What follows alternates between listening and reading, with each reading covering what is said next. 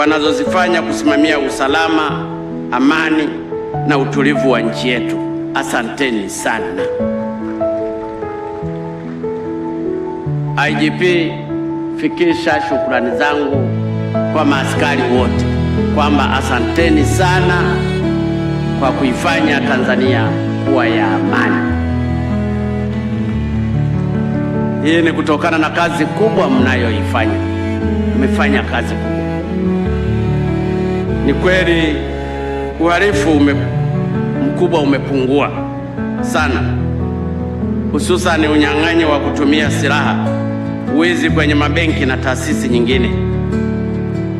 Hali kadhalika ajali nazo zimepungua. Watu wasione vyaelea vyaundwa na waundaji ni jeshi la polisi. Asanteni sana. Mheshimiwa IGP, umezungumza kuhusu hao wafungwa wa uhalifu mbalimbali wa silaha ambao wakifungwa wakirudi wanaendelea kukaidi, si ndio? Ulitumia neno gani? Wanaendelea kurudia matukio,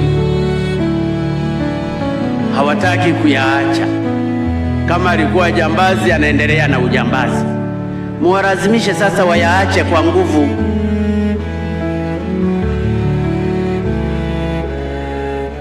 Kama amekataa kuyaacha, ninyi polisi mnashindwa kuwalazimisha kuacha. Uwezo huo mmepewa wa kuwalazimisha kuacha. Kwa hiyo walazimisheni waache, na mimi najua uwezo huo mnao, na mimi najua hilo halitakushinda IGP.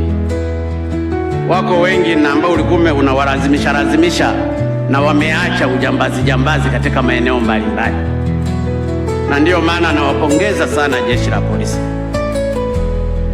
Kuhusu miradi iliyobeba tukio hili la leo, nimefurahi kusikia mradi wa kwanza unaojumuisha jengo la utawala, nyumba 3 na madarasa na mabweni umekamilika kwa shilingi milioni 799 badala ya kutumia zaidi ya bilioni 1 na kitu, na umetumia utaratibu wa force account. Nimefurahi, nimeliona na bweni pamoja na lile jengo, lakini naambiwa halijaanza kutumika.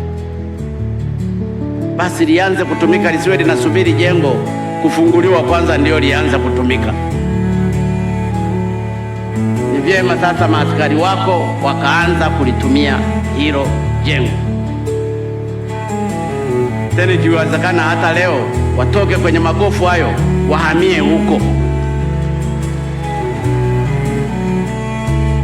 Mimi napenda maaskari wangu wakae mahali pazuri, na kwa sababu mmeijenga hilo jengo, mmejenga tena jengo lingine pale mbele, na mmejenga kiwanda. Nimekiona kiwanda kizuri cha thamani ya shilingi milioni 600 kwa gharama zenu wenyewe. Kwa kweli mmenifurahisha.